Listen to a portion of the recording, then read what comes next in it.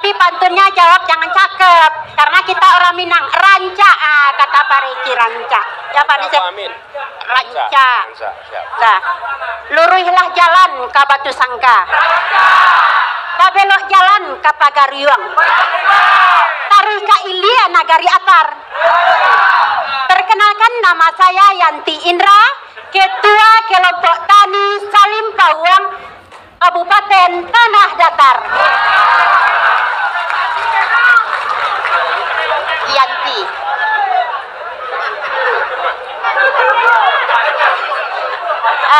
Abah Anis, saya mau menanyakan tentang pertanian karena saya adalah ketua kelompok tani.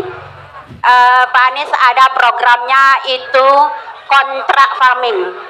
Nah, sebagai ketua kelompok tani kami sangat merasa bangga dengan harapan-harapan para petani ke depan. Nah, yang jadi permasalahan hari ini adalah kami ini adalah petani hortikultura. Nah, jadi barang itu sayur-sayuran yang harus cepat dikirim. Kalau di sini kami mengirimnya kebanyakan ke daerah Riau. Nah, di samping ketua kelompok tani, saya mewakili ini dari pedagang-pedagang sayur. Nah, mereka juga mengeluh, kalau program Pak Anies itu jalan, kontrak kerja, petani dengan pemerintah, kami sebagai pedagang ini bagaimana nasibnya? Demikian Pak Anies, terima kasih. Assalamualaikum warahmatullahi wabarakatuh. Ya, jadi begini, kami di dalam menyusun sebuah program tidak pernah berjalan sendirian. Jadi Ibu Yanti tidak pernah jalan sendirian. Kami selalu melibatkan semua stakeholder agar tidak mematikan ekosistem. Contoh, ya, kami di Jakarta, ada daerah-daerah banyak di Jakarta itu yang kesulitan air bersih. Ini contoh kasus. Lalu kami dari negara menyiapkan air bersih. Tapi kami tidak ingin mematikan orang-orang yang selama ini bekerja, berjualan air. Ya, cuman bedanya apa? Kalau dulu mereka berjualan air harus mencari ke tempat yang jauh, sekarang kami siapkan airnya dekat situ, lalu mereka bisa mengambil air dari kami dan tetap berdagang. Jadi rakyat terima air bersihnya, yang dagang tidak mati kegiatan perdagangannya. Oke? Yang kedua, ketika kami menata transportasi umum di Jakarta itu ada dulu, ini pernah ke Jakarta kan? Dulu ada namanya KWK, ada namanya Mikrolet, ada Metro Mini, ada Kopaja, semua kan? Itu adalah usaha-usaha yang ada di Jakarta. Lalu kami membangun sebuah sistem namanya Jaklingko, diintegrasikan. Apa yang kami kerjakan? Kami bukan belanja mobil baru lalu mereka dimatikan, tidak. Mereka justru bilang, Anda silahkan bekerja, kami akan membeli jasa dari Anda. Jadi usaha mereka itu tetap hidup, tapi ikut di dalam sistem yang kita susun. Dan apa yang terjadi? Mereka justru lebih sejahtera. Jadi sama untuk ini Ibu. Nanti kami akan ajak bicara semua pelaku tata usaha, kita tata sama-sama, tata niaga, sehingga tata niaganya itu berkeadilan. Supaya mereka yang sudah hidup di dalam sektor ini, itu tetap bisa hidup, tetapi tidak terjadi rente. Apa rente itu? Ya, permainan pemainan harga, pengelolaan jumlah, informasinya dibuat setara sehingga harga di tempat produksi dengan harga di pasar akhir dan harga di tiap level itu diketahui. Silahkan ambil margin, tapi ambil margin yang masuk akal. Nah, yang sering terjadi adalah kita tidak tahu harga di sentra produksi, kita taunya cuma harga di ujung pasar, disitulah markup dan rente itu terjadi. Jadi kita ingin tata, Bu. Jadi insya Allah nanti para pedagang juga akan tetap bisa hidup, walaupun kita nanti siapkan mekanisme untuk ada kontrak farming, gitu ya? Ya, hidup Pak Anies. Saya akhiri dengan pantun lagi ya. Kalau Anda pergi ke Maluku, jangan lupa beli sepatu. Oke. Kalau Anda nanti ikut pemilu, jangan lupa pilih yang nomor 1. Terima kasih. Oke, silakan duduk Ibu. Pak Anies, di sini Saya mewakili daripada nama. Ya. Perkenalkan, nama saya Dery Pratama. Saya alumni dari UIN Mahmud Yunus Nusantara, Pak Anies. Jadi di sini pertama sebelum saya bertanya Pak Anies, saya ingin minta dua hal kepada Pak Anies. Yang pertama itu, Pak Anies orang yang luar biasa, tetapi saya ingin menjawab di sini tidak memakai dengan kalimat-kalimat yang tinggi, Pak Anies. Karena di sini tidak semuanya yang memahami kalimat-kalimat tinggi seperti yang di TV itu, Pak Anies. Yang kedua, jangan banyak janji di antara masyarakat hari ini. Jadi di sini pertanyaan saya, Pak Anies, pertanyaan saya mengutip daripada perkataan Tan Malaka itu. Kata Tan Malaka, tujuan daripada pendidikan itu adalah mempertajam pengetahuan, memperkukuh kemauan, dan memperhalus perasaan, Pak Anies. Jadi dari kalimat itu, kami sebagai mahasiswa, kami sebagai orang yang pernah belajar itu, banyak di antara kami yang hari ini telah menjalankan tiga hal itu, Pak Anies, tetapi merasa ketakutan. Kenapa? Karena setelah sekolah, setelah berkuliah itu takut tidak mendapatkan pekerjaan. Selanjutnya, banyak di antaranya orang-orang elit yang berada di pemerintahan itu, Pak Anies, tidak mendengarkan dan tidak mau membawa kami masuk ke dalam pemerintahan itu. Jadi Pak Anies, saya minta penjelasannya, kami dari sektor kawan-kawan mahasiswa dan dari seluruh yang pernah berkuliah, Pak Anies. Sekian, terima kasih. Sulit cari kerja. Jangan tinggi-tinggi, sederhana aja. Sulit cari kerja, gitu kan? Nah, gitu. Rupanya dia yang ngomongnya rumit. Saya mencoba mencari apa ini maksudnya. Ternyata pertanyaan sederhana, bagaimana cepat cari kerja, gitu. Jadi yang berbelit-belit siapa ini?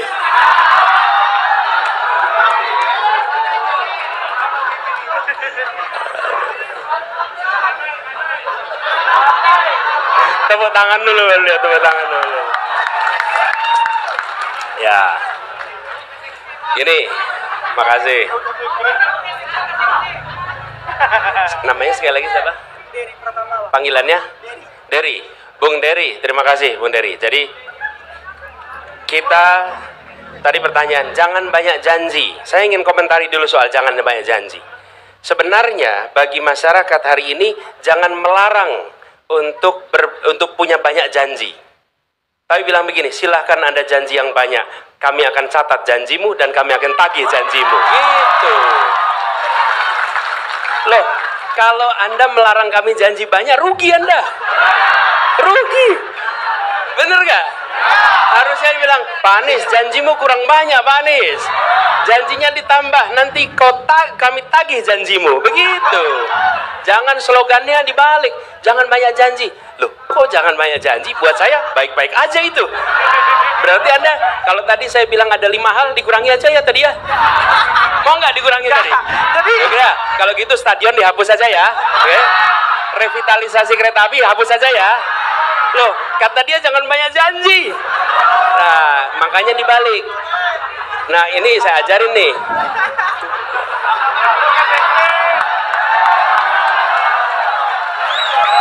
Bener nggak? Bener nggak tuh? Jadi justru bilang begini, Pak Anies, kami rekam kalimatmu. Satu saat kami tagih janjimu. Begitu. Jadi nanti kalau ketemu dengan siapapun yang berkampanye, katakan, kurang janjimu, tambahin ini 1, 2, 3, 4 gitu ya. Setuju ya? Oke. Ada azan.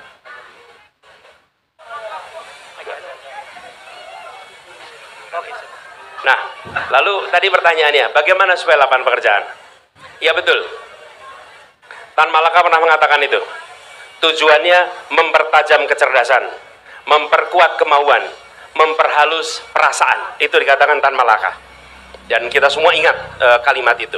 Nah, sekarang kita harus ingat bahwa pendidikan bukan sekedar persiapan kerja. Dan pendidikan bukan semata-mata untuk menciptakan penjajah ilmu pengetahuan yang akan menjual ilmunya kepada orang-orang yang akan membayar dengan harga termahal. Bukan.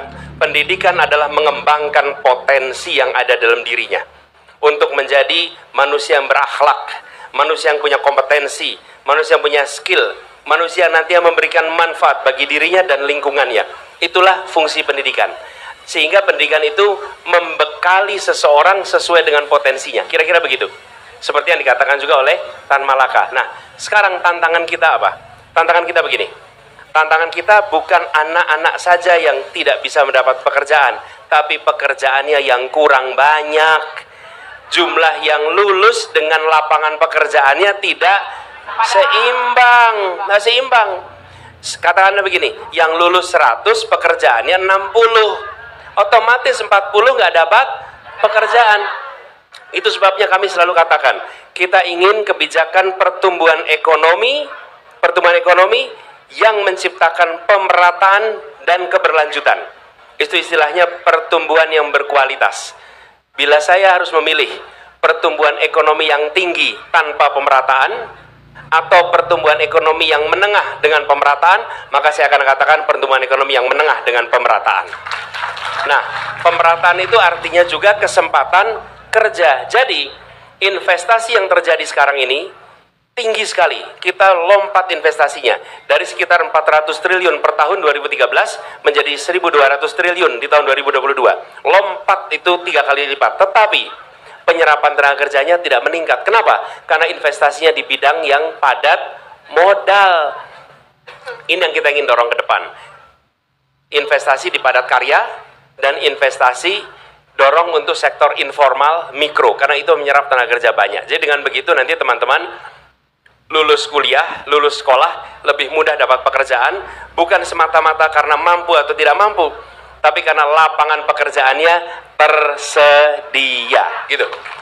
Jadi itu saya rasa bahasanya udah sederhana sekali itu untuk menjawab pertanyaan yang tadi lebih rumit bahasanya ya. Gitu ya? Oke, terima kasih Pak Anies. Jadi terakhir Bang, cukup. Jadi terima kasih. Udah menjawab ya, udah menjawab. Jadi terakhir saya mengklarifikasi terkait itu, memang benar. Saya berdiri di sini karena ingin belajar dari beliau. Kalau saya salah, berarti beliau salah, Pak.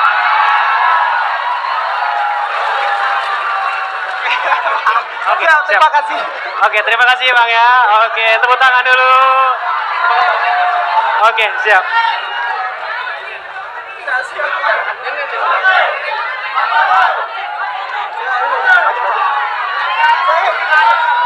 Saya bilang tulis nomor HP-nya biar fotonya bisa dikirim. Oke, siap. Sembari ini kita lanjutkan lagi pertanyaan.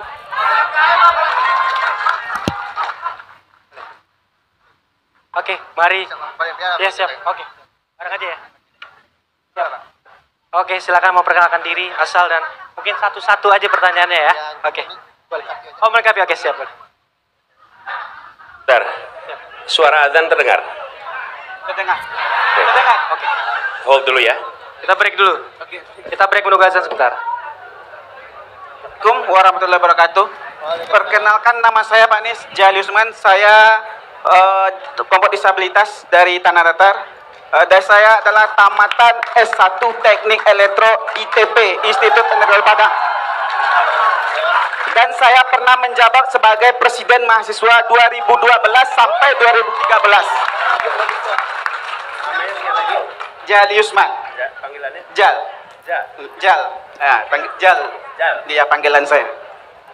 Dan saya di sini hanya mewakili teman-teman disabilitas untuk mempertanyakan. Dan satu lagi, saya saat ini punya usaha kecil-kecilan, yaitu usaha Sabana Fresh Chicken, yang nanti insya Allah Pak Anies bisa mampir makan di tempat saya makan siang. Apa itu? Sabana Fresh Chicken, ayam goreng. Ya, terima kasih Pak Anies. Dan pertanyaan saya adalah, apakah penyandang disabilitas berhak untuk mendapat pekerjaan? Dan bagaimana cara kami orang disabilitas untuk mendapatkan pekerjaan tersebut? Dan yang kedua, kalau Bapak terpilih sebagai Presiden, apakah hak-hak yang kami peroleh sebagai penyandang disabilitas? Itu, terima kasih Pak Anies, itu pertanyaan dari kami. Yang kedua dari kawan saya lagi. Oke Pak, perkenalkan nama saya. Tetapi undangan tersebut belum dilengkapi. dilengkapi oleh pejabat desa ini Pak gitu Pak. Ya, jadi mohon harapannya nanti kalau kami nanti hak-hak kami itu terpenuhi nantinya untuk pemerintahan Pak gitu ya. Pak. Oke, kembalikan Pak. Oke, makasih Bung Jal dan Wilham. Sebagai informasi saja bahwa kegiatan ini rekamannya, bukan rekamannya, streamingnya itu menggunakan juga bahasa isyarat sehingga semua orang bisa melihat dengan bahasa isyarat kegiatannya. Jadi ini sebagai bentuk komitmen kami. Dan saya ingin sampaikan, menjawab tadi, ketika bicara besok, maka jangan hanya, bagi saya bukan menjelaskan besok mau apa. Saya jelaskan besok sudah apa. Maaf, kemarin sudah apa. Kemarin itu artinya apa? Saya mau jelaskan, ketika kami bertugas di Jakarta, ada kebijakan-kebijakan kita buat. Satu, dari lapangan pekerjaan. Semua rekrutmen pegawai di Jakarta minimal 1% harus penyandang disabilitas. Minimal 1%. Sehingga setiap rekrutmen penyandang disabilitas itu dapat. Yang kedua, semua kegiatan di Pemprov DKI Jakarta, semua kegiatan, maka harus ada penterjemah bahasa isyarat dalam event apapun juga. Jadi pidato apapun di sampingnya pasti ada penterjemah bahasa isyarat. Semua produk komunikasi yang dihasilkan harus ada subtitlenya supaya bisa dibaca oleh penyandang disabilitas. Jadi itu komitmen kita. Lalu yang kedua, kebijakan-kebijakan yang kita susun terkait sarana prasarana, kita undang penyandang disabilitas untuk memberitahu apa yang dibutuhkan. Bila teman-teman semua melihat Jakarta International Stadium, maka itu bisa dibilang salah satu stadion dengan fasilitas untuk penyandang disabilitas terlengkap di Indonesia. Jadi ada barisan-barisan khusus untuk orang-orang yang duduk dengan kursi roda. Jadi di atas stadion dan di atas itu, bukan di paling bawah, di atas, yang mereka bisa menikmati sepak bola seperti warga lainnya. Jadi kami sampaikan kepada Bung Jal dan Wilham bahwa insya Allah ke depan ketika amanat itu diberikan di skala nasional, maka kebijakan yang setara akan kita lakukan juga di tingkat nasional, termasuk regulasi. Undang-undangnya ada, tapi harus dilengkapi dengan PP, harus dilengkapi dengan peraturan presiden dan peraturan-peraturan lainnya. Insya Allah kita lengkapi supaya penyandang disabilitas di Indonesia bisa berkata, Alhamdulillah Indonesia menjadi rumah yang ramah bagi semuanya. Itu. Hidup Pak Anies. Baik, cek. Bismillahirrahmanirrahim. Assalamualaikum warahmatullahi wabarakatuh. Perkenalkan Bapak, nama saya Rivaldi. Saya dari Kota Payakumbuh, Pak. Jadi saya punya keresahan, Pak, bidang riset dan energi terbarukan. Ya, itu di 2014 lalu kan ada anak negeri, anak Minang, itu namanya Ricky Alson. Udah Ricky itu kan punya riset mobil listrik Pak pada saat 2014. Tapi saya yakin riset beliau itu dijegal oleh oligarki sehingga mobil listriknya nggak lanjutkan risetnya. Bapak Dahlan Iskan tersangka korupsi. Jadi itu Pak. Dan yang kedua, ini di Sumatera Barat itu punya potensi tentang pembangkit listrik tenaga panas bumi, PLTPB. Jadi yang sekarang pun yang Bapak landing dari pesawat mungkin nampak bencana erupsi. Di sana kan ada apa Pak? Potensinya juga untuk pembangunan pembangkit listrik tenaga panas bumi. Nah, yang tapi aktualnya kan belum ada yang berani untuk membangun pembangkitnya. Dan ada juga di daerah kami telah dibangun, tapi masyarakat di sana dizolimi, Pak.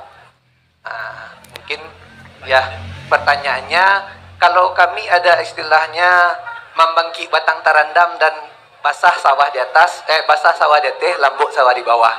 Jadi pertanyaannya itu, ya, gimana Bapak mendukung inovasi anak negeri? Ya, dan gimana Bapak untuk menggait oligarki agar tidak menzolimi putra-putri daerah negeri sendiri? Okay. Ya, tadi pepatahnya artinya apa itu? Kalau membagi batang terendam tuh ya menaikkan taraf kehidupan lah Pak gitu. Itu yang seperti yang telah dilakukan oleh Udariki. Dan satu lagi pepatahnya, basah basah sawah di atas, lambok sawah di bawah, baraya sawah di atas, lambok sawah di bawah. Itu maksudnya ketika sawah di atas tuh Pak sejahtera, di bawahnya juga ikut merasakan, nggak hanya di atasnya aja gitu Pak. Ya. Merembes ke bawah gitu ya.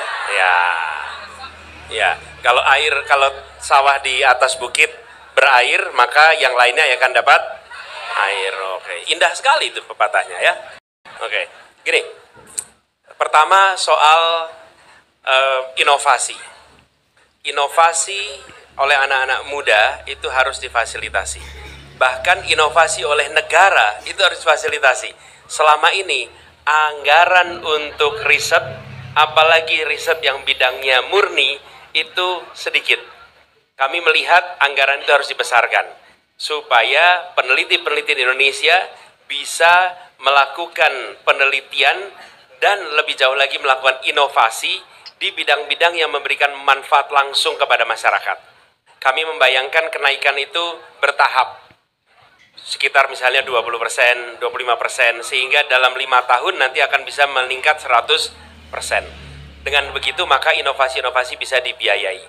Kemudian yang kedua adalah perlindungan atas produk-produk hasil inovasi dengan cara apa? Diberikan kesempatan di dalam negeri. Bila kita tidak memberikan kesempatan kepada hasil inovasi anak bangsa, maka siapa lagi yang akan memberikan kesempatan kalau bukan negara? Jadi negara yang harus memfasilitasi. Dengan cara seperti itu, maka hasil terobosan dan lain-lain dipraktekkan di Indonesia dan harapannya nanti kita akan bisa muncul di skala internasional. Paling gampang ya teman-teman sekalian. Kalau teman-teman lihat di bandara itu kan ada garba rata ya. Kalau turun dari pesawat, itu akan turun ada jembatan itu. Itu salah satu produk terbanyak adalah dari Indonesia. Inovasi anak Indonesia. Dan sekarang di bandara-bandara internasional di berbagai tempat di dunia menggunakan garba rata buatan Indonesia. Kenapa? Karena anak-anak Indonesia sebetulnya inovatif. Hanya kan nggak kelihatan, itu kan bukan produk rumah tangga ya, jadi tidak terlihat. Jadi saya setuju untuk difasilitasi. Dan negara itu bisa mengatur swasta. Jadi private sector itu ikut bila negara mengambil sikap memfasilitasi. Begitu ya? Oke, makasih Bung Rivaldi. Siap, terima kasih untuk jawabannya. Siap. Kita Assalamualaikum warahmatullahi wabarakatuh. Abah Anis, saya panggil di rumah Abah juga Pak. Abah juga karena keturunan Pakistan. Abah. Jadi pertanyaannya, Abah, berkaitan dengan pendidikan hari ini di Indonesia, termasuk Sumatera Barat juga, pendidikan yang berkaitan dengan bagaimana hal yang berkenaan dengan guru honor dengan guru mengaji. Hari ini gaji guru honor, gaji guru mengaji itu tidak signifikan dengan apa yang dia kerjakan dengan jam dia pulang. Yang kedua, itu berkaitan dengan beasiswa. Benar, kita sangat alhamdulillah. Beasiswa dan bantuan Bansos Plus itu, kita sangat alhamdulillah, itu sangat disupport oleh Pak Anies ketika duduk menjadi presiden 2024. Tapi ada problem. Ketika beasiswa itu diterima mahasiswa, maka mahasiswa itu tidak bisa berbicara dan kritis terhadap kampusnya, bahkan pemerintahan. Bila dia kritis, maka beasiswanya dipotong. Diberhentikan beasiswa itu. Yang ketiga, dari kampusnya. Dan itu sudah pernah terjadi, Pak Anies. Di kampus kita di Sumatera Barat pernah terjadi. Mungkin tidak usah disebutkan, nanti jadi tidak enak. Kemudian yang ketiga, ketika Pak Anies menjabat menjadi seorang menteri pendidikan waktu itu berkaitan dengan K13. Hari ini kurikulum itu berganti menjadi kurikulum mereka, kurikulum merdeka maksudnya Pak. Jadi kita ingin kemudian yang berkaitan dengan tadi adalah pendidikan guru honor, kurikulum merdeka dan beasiswa. Kemudian yang keempat, dan itu paling penting berkaitan dengan Sumatera Barat Pak Anies. Ketika bicara Sumatera Barat, kita bicara adat basandi syarak basandi kitabullah. Tentunya itu ingin kita jemput. Ketika Pak Anies duduk menjadi presiden 2024, Kita aminkan aja dulu. Apa percepatan dan penguatan terhadap kebudayaan yang ada di Indonesia? Karena kita melihat kebudayaan selalu di titik nomor 3 malah. Karena Ubay salah satu pegiat budaya dan salah satu penulis juga yang ada di Indonesia. Nama Ubay tercatat di Apa dan Siapa Penyair Indonesia hanya dari masa Khairil sampai 2019 waktu itu. Terima kasih. Saya kembalikan ke moderator atau langsung ke Abah Anis. Langsung ke apa Anis? Ya, Bung Ubay, 4 pertanyaan besar dalam waktu 2 menit. Nah, ini namanya mission impossible. Gini, Guru Honor, kita akan lakukan restrukturisasi terkait dengan bagaimana pengajian itu dilakukan dan kemudian pengangkatan secara bertahap sehingga semua bisa memiliki status yang lebih baik sehingga mereka tidak terlunta-lunta sebagai guru honor. Ini salah satu isu yang di mana-mana ada. Bagaimana kita berharap pendidikan kita maju kalau kita tidak mau mengurus orang-orang yang mau mendidik anak-anak kita? Ini pertanyaan sederhana sekali. Kemudian yang kedua, kurikulum. Saya berpandangan kita lebih konsentrasi pada peningkatan kompetensi kualitas guru daripada gonta-ganti kurikulum. Itu yang kita ingin lakukan. Karena seperti begini, memanah meleset. Yang kita kerjakan apa? Yang kita kerjakan ganti anak panahnya, ganti busurnya. Tapi yang memanahnya tidak pernah dilatih untuk bisa memanah dengan lebih baik. Pendidikan nggak maju, ganti kurikulumnya, ganti bukunya. Ya kalau buat proyek memang itu menguntungkan. Tapi kalau untuk peningkatan pendidikan, ya dilatihlah orangnya supaya bisa memanah dengan baik. Jadi begitu kira-kira. Dan pendidikan itu intinya apa sih? Interaksi antara pendidik dan peserta didik. Supaya memastikan interaksinya sama di semua tempat, disiapkanlah kurikulum. Supaya sama di tiap generasi, siapkan kurikulum. Sederhananya begitu. Tapi intinya adalah interaksi antara pendidik dan peserta didik. Nah kalau pendidiknya kompeten, baik, dan bisa menjadi guru yang baik, insya Allah sisanya akan lebih mudah. Kemudian yang ketiga, kebebasan berbicara. Kebebasan berbicara